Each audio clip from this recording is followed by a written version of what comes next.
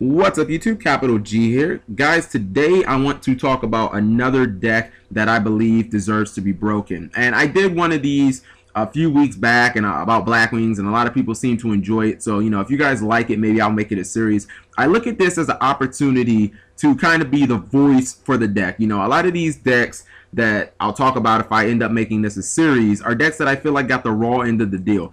Some of these decks got unjustifiably hit by the ban list, and then in other cases you just have decks that never got the amount of competitive cards that they needed to actually flourish in any type of competitive event.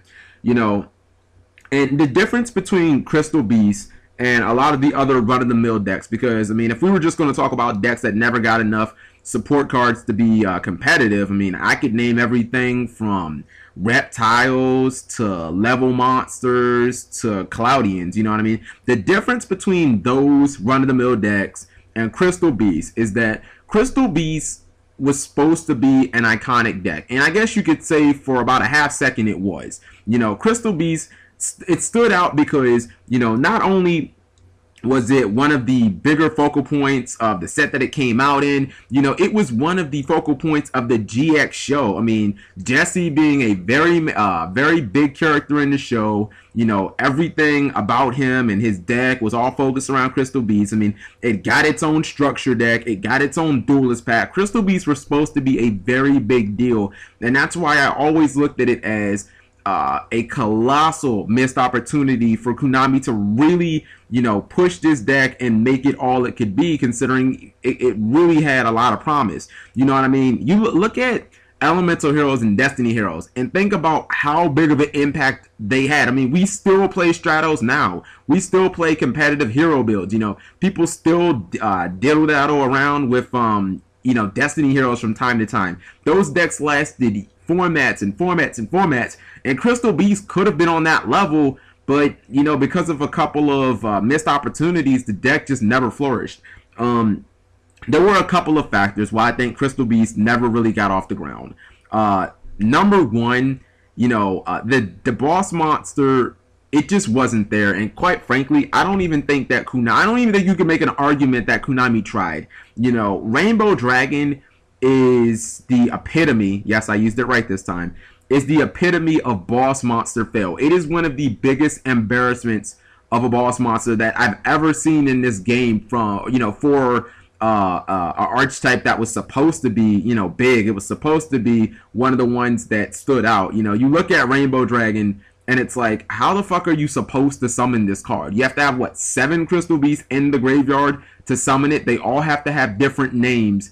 It doesn't net you any immediate advantage. And even the stats are out of whack. 4,000 attack, 0 defense.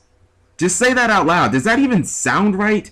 So you're telling me if my opponent uses enemy controller that they can special summon a Treeborn Frog and attack over it? What? The card was just, on every single angle, it was just a colossal disaster. And then you think, some archetypes get Rainbow Dragon and some archetypes get Judgment Dragon, and it's just like, where's the equality? I've said that many times. I didn't even know much about Lightsworn when I first looked at them. The second I saw Judgment Dragon and read his effect, I thought, damn, there goes the neighborhood. It's like they said, let's make a card like Demise, but 5 times better.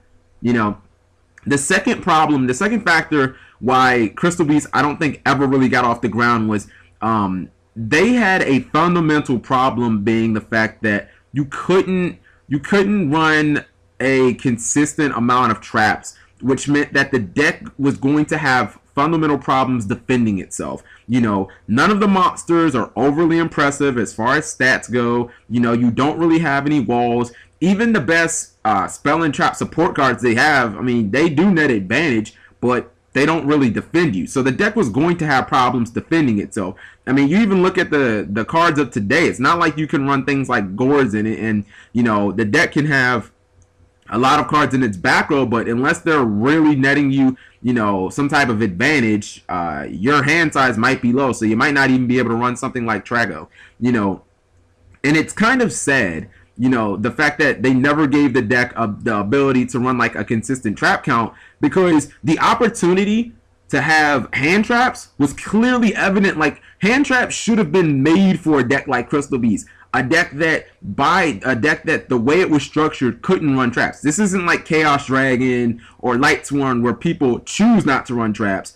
I mean, just the way that Crystal Beasts play, you know, where you have cards like Abundance and you have cards like Rainbow Ruins, where basically they want you to have four, you know, they want 4 of your spell and trap zones to be filled. Thus, you can't really use, you know, a considerable amount of traps. And that's just how the deck works. You know, they should have made hand traps that were specific to Crystal Beasts. You know, I see that as colossal missed opportunities. You know what I mean? Obviously, the way to make amends for this would be to just make a few broken cards. Like, I've always been just hoping and dreaming that Konami would just, for some reason, make about 4 or 5, no, maybe not even that many, 3 or 4 just broken Crystal Beast cards that would make the deck tier 1. And the reason I say this is, not just, you know, even going past everything that I've already stated, you know, the info structure for a competitive deck was actually there. This isn't Cloudians where it's just like, oh my god, you'd have to make 50 broken cards for the deck to be good. You know, you had a Stratos-like card in Crystal Beast Pegasus, which, you know, was an auto +1 on summon in its respective deck, had really good stats. You know, you had monsters that actually had pretty decent stats. Is it Topaz Tiger or Mammoth? One of the ones basically has the TG Rush Rhino effect where it becomes 2,000 when it attacks. That's pretty decent. You know, you had Rare Value, which could rival Destiny Draw, was a +1. You know, you had OTK cards like Abundance and Rainbow Ruins. When you got that rolling, was actually really, really good. It's just when you can't play traps to defend yourself and you don't have a boss monster to rely on. I mean, do you know how many games you steal with Judgment Dragon?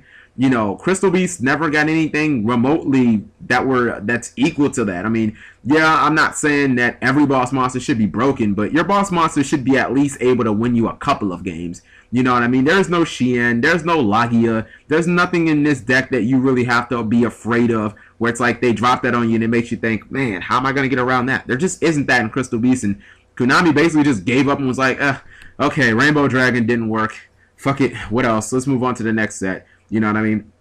So I want to know what everybody's opinions on Crystal Beast, because, again, they had really powerful spells. They had monsters that were pretty decent. I like the fact that everything in the deck was beast, so maybe you could have a little Horn of the Phantom Beast action going on, or you can make some more beast support that could go with this. But I feel like I'd just be really happy if they made like 3, maybe 4 really, really good Crystal Beast support cards. Like maybe a hand trap that, you know, you could use that would be like Mirror Force, but instead of sending it to the graveyard, it went to the spell and trap zone, but it activated in the hand. Like, that would be just nasty, right? So, tell me what you guys think, and I'll talk to you later. Go Crystal Beast.